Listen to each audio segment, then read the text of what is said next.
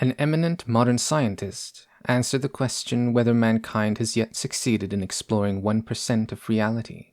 Quote, "No, not even 1/10,000th of 1%." End quote. That is, not even 1/1,000,000th. One certainly has respect for such a scientist. Nobody makes a greater impression than he who realizes man's immense ignorance about life, for it is obvious to anyone who has assimilated what theology, philosophy, and science tell us about reality that the conclusions they draw are mere hypotheses, a euphemism for guesswork and supposition. Or as Professor Whitaker has put it, quote, "We know that there is something we call matter, but not what it is. We know that it moves, but not why it does so. And that is the sum of all our knowledge." End quote. That is true. Science cannot answer the question of what and why, which already Newton realized. To rid themselves of the evidence of this too embarrassing ignorance, modern philosophers try to discard all reality concepts, calling those very things fictions. There are plenty of authorities in theology, philosophy, and science who will pass judgments on everything and make dogmatic assertions about matters which they have not even examined. They know a priori that this cannot be true because it conflicts with what they read in their paper pope or, quote, end quote, conflicts with the laws of nature, as if their paper pope had solved the problems of existence for them, amounted to a worldview that explains reality and solves the basic problems of knowledge, as if science could decide what conflicts with the laws of nature and what does not, when it has not explored even 1% of them. It is important that we should not restrict ourselves to what has been explored, that we should not reject any one idea because it seems alien, improbable, or unprofitable to us. It is important to investigate any new possibility of knowledge. We know too little to afford to neglect the least chance of expanding our knowledge. All new ideas at first sight appear improbable to most people. Those who consider themselves able to judge accept only what fits in with their own thought system. But they ought to realize that if that system is so correct, they should be all but omniscient. The scientists seem ever oblivious to the fact that their hypotheses and theories are just temporary. They flatter themselves that they are free from dogmatism, that their thinking is free and straight. But the history of science has always borne witness to the opposite.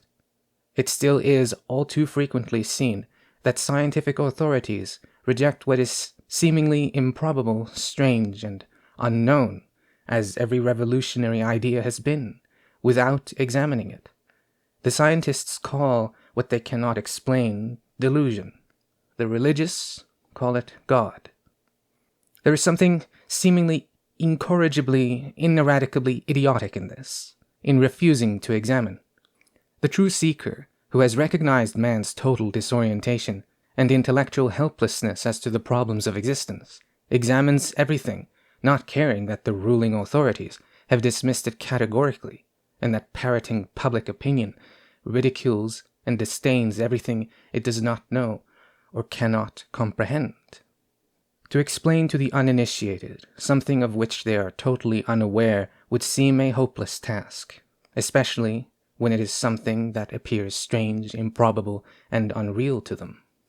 Mankind has for so long been fed with so many religious, philosophic, scientific, and, in the last decades, also occult attempts to explain existence, that most people refuse to study the true knowledge when it is offered.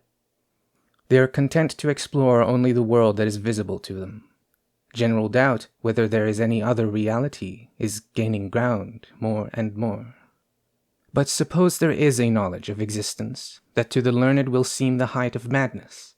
Suppose Kant, the philosopher, was mistaken in claiming that we shall never come to know anything about the inner reality of nature. Suppose the Indian rishis, the Egyptian hierophants, the Gnostic theurgists, the original true Rosicrucians were not such mystagogues, charlatans, and impostors as the learned have tried to make them. Characteristic of the learned world today is its contempt for everything we have inherited from our fathers, as if all mankind's experience hitherto were nonsensical and useless in life. Scientific research has come far within its limited domains, but only the elite among the scientists are beginning to realize how little mankind knows about the whole. What do the paleontologists know about the antiquity of man? Do they know that there have been fully developed men on our planet for 21 million years? What do the geologists know about the two hemispherical continents, Lemuria and Atlantis, now lying on the bottom of the Pacific and the Atlantic Ocean? And what do the antiquarians know about the civilizations of those continents? What do the archaeologists know about cultures nearer to us in time than those mentioned? The Indian culture of some 50,000 years ago, the Egyptian of 40,000 years ago, the Peruvian of 15,000 years ago, or even that of ancient Greece of 12,000 years ago. What do the learned know about the different secret knowledge orders that have existed in many countries? What do they know about the order instituted by Vyasa in India some 45,000 years ago, or that by Hermes Trismegistus in Egypt some 40,000 years ago, the one by the first Zoroaster in Persia about 30,000 years ago, or that by Pythagoras just about 2,700 years ago? What do the learned know about existence, about the structure of the universe, about other kinds of matter and other worlds than the physical, about the fact of a fifth kingdom in nature? What do these immensely learned know even about the individual's life that continues after he has left his worn-out organism? What they may perhaps have picked up of the pertaining knowledge is so distorted that it must be regarded as little more than gross superstition. To the Western attitude, the idea that knowledge must be kept secret is almost revolting, or in any case repulsive, and it prompts the assumption that one is dealing with the quote-unquote intellectual quackery of charlatans. The Indians, on the other hand, simply accept secrecy as a necessity. Several thousand years of experience have taught them that one must not cast pearls, and they do not. And this for the simple reason that exact comprehension calls for considerable qualifications, and that all knowledge which confers power is abused by those in a position to use power for their own good. There are many kinds of yogis in India. The highest kind is unknown except to special initiates. The yogis of whom Westerners hear are mostly members of the Ramakrishna mission. They teach the philosophy of Sankhya and Vedanta as expounded by Ramakrishna. The highest yogis are initiates who pass on their knowledge only to a few select disciples, and under the strictest vows of secrecy. They regard all Westerners as barbarians, and consider it a profanation of their knowledge to reveal anything to those ignorant, incurably skeptical, scornfully and arrogantly superior, curious people, who abuse the knowledge the moment they think they have understood it, and who, moreover, place all their knowledge at the service of barbarism and at the disposal of bandits. The Indian's attitude to life is the exact opposite of the Westerner's. Whereas to the Westerner, the physical world is the only one that exists, to the Indian, the superphysical reality is the essential one. It is the higher material worlds that constitute the material basis of physical matter, and the causes of the processes of nature exist in those higher worlds. The real yogi, who has succeeded in his experiments, has developed organs which in others are as yet undeveloped, being intended to be organized and vitalized in some future epoch. Organs which make it possible to explore higher molecular kinds, a whole series of ever higher states of aggregation far beyond the possibilities of nuclear physics to explore. Of these rudiments, Westerners have no conception, and their mighty authorities dismiss with derision and contempt the mere idea that such things could be possible. They have, to be sure, the wonderful ability to judge things of which they know nothing. The Indian explanation of the world is vastly superior to that of the West. It is a doctrine of development, of pre-existence of the soul, of rebirth, and of karma, that is, the law of sowing and reaping. It asserts that there are other worlds than the physical one, and undertakes to prove this to serious and honest seekers who are prepared to submit to its methods of developing the rudiments of higher kinds of objective consciousness existing in man. It thereby refutes the agnostics' and the skeptics' denial of superphysical knowledge, of existence being ruled laws, of development, etc. And in so doing, it clears the way for esoterics. How then could Westerners have any knowledge of the superphysical worlds when they do not have the ability to ascertain their existence? They ascertain facts in physical matter by applying physical sense, objective physical consciousness. In order to ascertain facts in higher worlds, a corresponding kind of sense is required, and it is that which has been given the unfortunate name of clairvoyance. Scientists cannot be blamed for lacking emotional sense or mental sense, but one is justified in demanding that they should not categorically deny the existence of things concerning which they have no logical right to express opinions. Philosophy does not teach man to think in accordance with reality. However, it does teach that man only makes mistakes when trying to think without the necessary facts. The philosophers have not yet grasped this. Besides, they have failed to solve the most evident of all the problems of knowledge. The judgment of the Western psychology is preferably left to the understanding reader of all the following. Those who are satisfied with their thought systems, not least the skeptics, may very well have them. We are all to relearn in lives to come.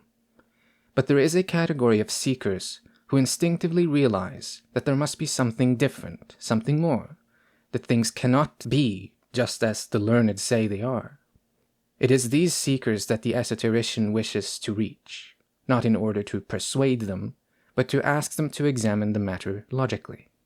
If esoterics is false, then it must be possible to refute it logically, but it is not refuted by the ordinary rant that is always dished up by those who have never examined the matter. At mankind's present stage of development, the esoteric knowledge cannot be more than a working hypothesis where most people are concerned. But the further mankind develops, the more obvious it will be that this hypothesis is incomparably superior. System is thought's way of orienting itself. Facts are largely useless until reason can fit them into their correct contexts, historical, logical, psychological, or causal ones. All rational thinking is based on principles and systems. Every thinking man has made his own system, whether he knows it or not. Systems afford a correct conception of ground and consequence of thinking, as well as of cause and effect of objective realities. The quality of the system shows the individual's level of development, his ability of judgment, and his knowledge of facts. Most people's systems are the belief systems of emotional thinking, which no facts can upset. Thereby, the individual has reached his point of maturity, the limit of his receptivity, being captive in the prison of his own thoughts. Ignorance of existence is so great that the dogmatic systems of theology, the speculative systems of philosophy, and the primitive hypothesis systems of science have all been accepted as satisfactory explanations. The seekers after truth examine the original facts or basic hypotheses of the existing systems, to what extent any system does not contradict itself, its consequences, and its ability to explain rationally. Many people find esoterics self-evident the moment they first come into contact with it. This is because knowledge, as Plato maintained, is remembrance anew. Everything which we are able to immediately grasp, comprehend, and understand, we have assimilated in previous incarnations. Also, qualities and abilities once acquired remain latent until they are given opportunities to develop in some new incarnation. Understanding of the old remains, as well as the turn for skills. One of many examples of this is the genius, an otherwise incomprehensible phenomenon. The esoterician presents his system to those who have remained seekers and have not been satisfied with the ruling systems. He quietly awaits the day when science has ascertained so many formerly esoteric facts that it will no longer be possible for it to refuse to accept esoterics as the only really tenable working hypothesis. One inestimable value, among others, of the esoteric knowledge is that it liberates us from the superstitions and spurious knowledge of ignorance, from illusions and fictions, conceptions without correspondences in reality. Another one is that it entails a complete revaluation of all the values of life, as a necessary consequence of knowing the meaning and goal of life.